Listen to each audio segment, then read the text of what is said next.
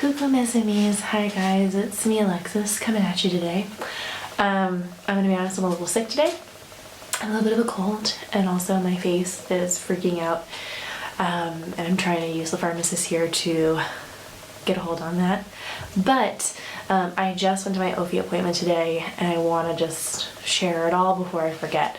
So maybe this is like a video where you can like turn it on and then like clean your room and not look at my lovely face. That would be appreciated. But it's Ofii and everyone's freaking out a lot about Ofii, so I figured I'd have a video so you guys can hear at least my tale of what happened. Alright, so Ofii is something that you start stressing about before you even come to France, whatever country we were in. Because like if you're an American, and really this video I think will only apply to Americans, maybe Canadians, definitely Americans, I think that might be it, but maybe Canadians. It doesn't apply to anybody in the EU. So if you are like CIEP, we're definitely not going to apply. Like if you're not, if you're doing Tapif, really, if you're probably doing Tapif and you know it, the program as Tapif, this will matter to you. Because if you're EU, you're not going to have to deal with immigration stuff. So you have to start worrying about Ofii, which is OFII, before you get here, because it's a form that you have to include with your visa when you're handling all your visa stuff.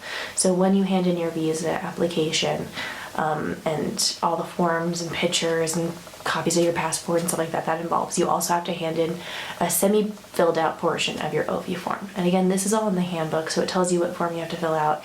You hand it in with your visa. When you get your visa back, you'll get your passport back with your visa stamp in it, and then you'll actually get a stamped Ofii form. You have to bring that form with you to France because you have to do more with it once you get here.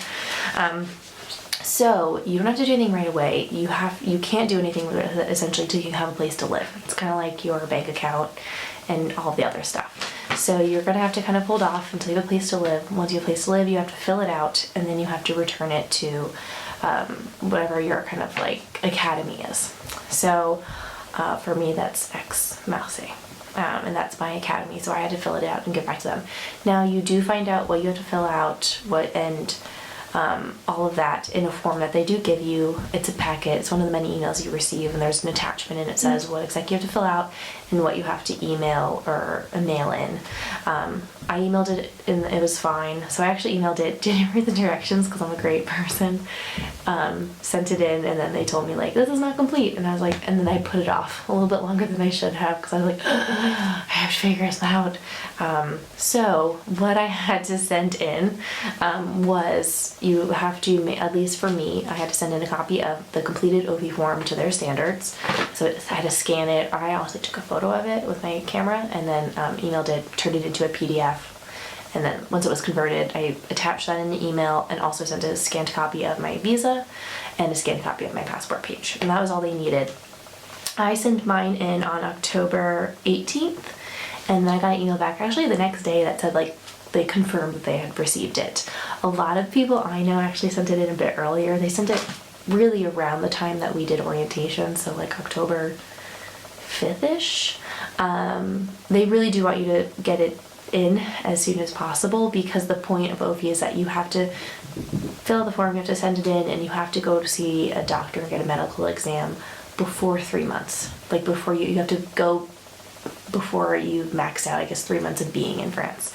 Essentially, it's just part of the immigration that they have. So you go, and therefore what they actually do kind of also is they call people in batches. So a lot of people I know filled out their forms, really got them in pretty darn fast, and so they got their forms in pretty fast. And I think they had their appointments honestly back in, it might have been in October, where they went. I think because it was before fall break. Is it before fall break or was it right after fall break? They don't really I don't think you have to worry if it's in your area about being called on during a break because most of those people probably aren't going to be working.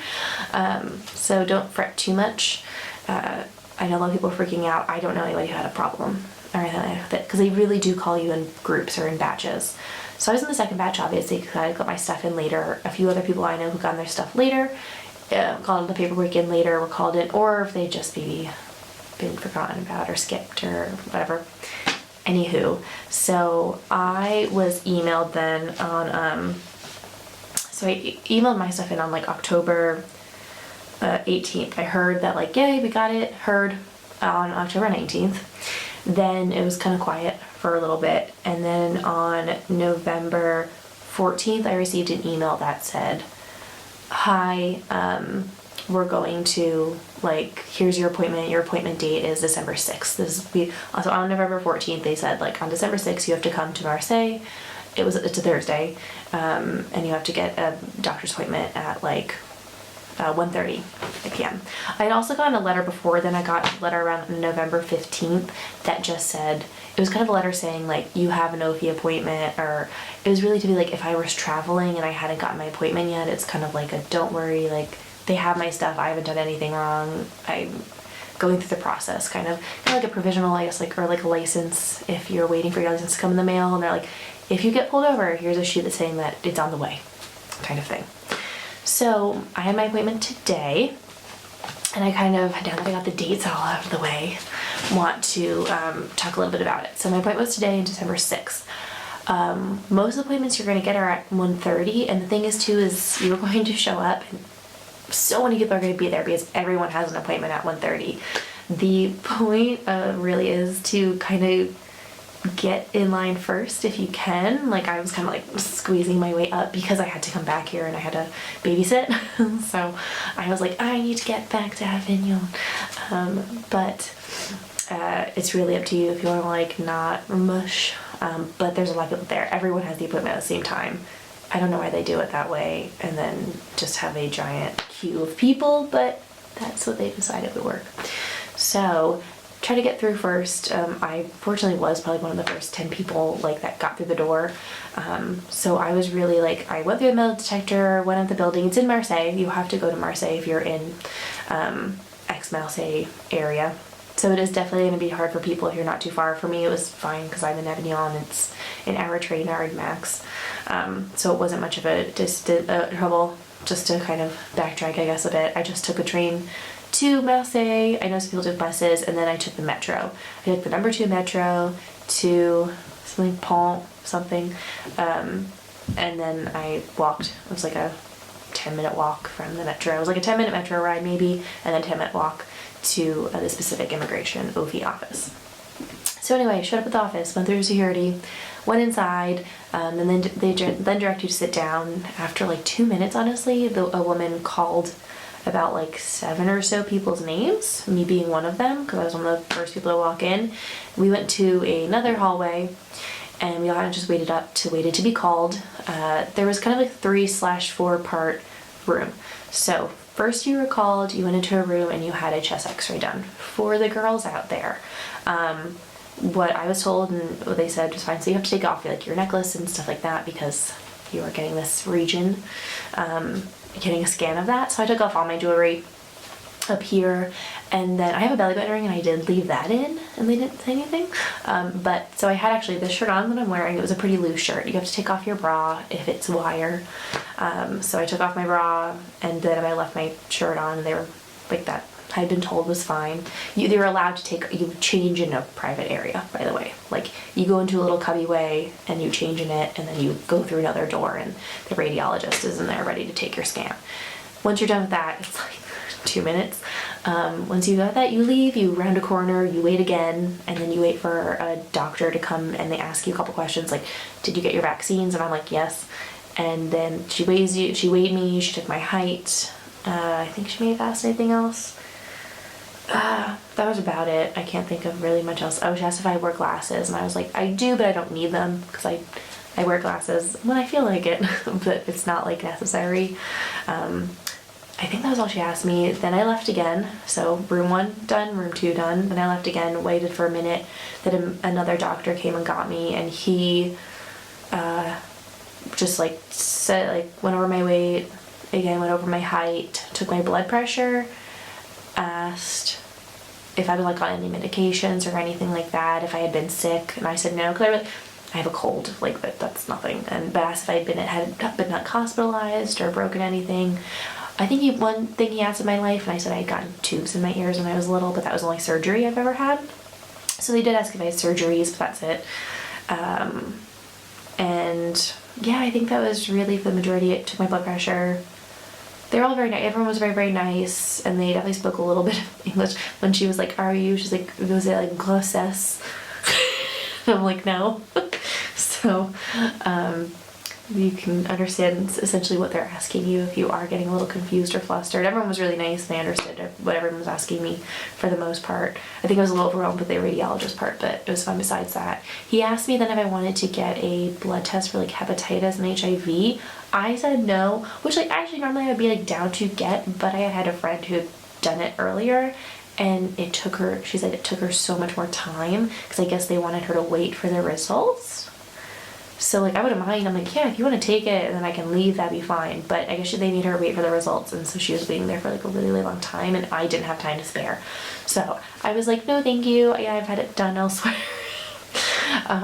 So I would try to get out of there. Honestly, I was in and out within like 30, 40, maybe 40 minutes. It didn't feel like it was, it felt like it was 20 minutes. I don't know honestly if it was longer than that. Because we started at 1:30 and then I was back here in Avignon around 4:30. So who knows? But it was pretty fast. That's really all I want you to know about it. I can't think of anything else, so I hope that's good. If you have any questions about the Ofii appointment, once you were leaving, when he was like, okay, you're all done, let me bring you back to reception, they pulled me up and I had to give them my passport. You have to give a picture, another one of those lovely little passport pictures that you can take at any photo booth, at any of the train stations or airports, anything like that. And then I also had to provide a proof of like my domicile, so I had to do like a lease or something like that would be a good idea to have with you. And you did have to also make sure you brought a copy of your convocation, so like them asking you to come, like your appointment requests. You do have to make sure you have that printed and bring that with you. I think those are all, because I'm going to ask for that in the beginning. Sorry, I left that out, but they will ask you that in the beginning. But your convocation, passport photo, like one like photo, your passport itself, proof of your domicile, and that's it. Those are all the things that you need. Yeah, it was all pretty fast, pretty easy. I took a train back. We have the riots going on right now, and fortunately I'm kind of somehow keep missing it. So, because they had shut down like the Marseille train station for a little bit. And apparently some other girls saw teenagers throwing like gas bombs, smoke bombs or something. I don't know. So it's an interesting time here. I felt fine so far. So fingers crossed, but I hope this has eased your worries. It really is fine. I now have an extra sticker in my passport that just says like Ofii, and I was cleared by them. So that's great. Happy times. I'm glad I don't have to worry about it now. I can travel without concern if I want to leave the country now. So the main goal is just you have to go see the doctor and everything like that before the 3-month mark. I do know someone who said last year they actually they did everything, but they never got called to the doctor, but they had the form, so it was fine. However, everyone else I know has been called to the doctor. So just like ask somebody if you're feeling nervous, but really, as always, just like try not to freak out. Ask around, search in the Facebook groups, because someone may have mentioned it before. Look at old Facebook groups if you can. And voila. So I'm gonna go, just live the dream life with all my tissues, and then going to Lyon tomorrow for the Fête de Lumière. So that'll be fun. Alright, well, bisous. Hope you're having a good day.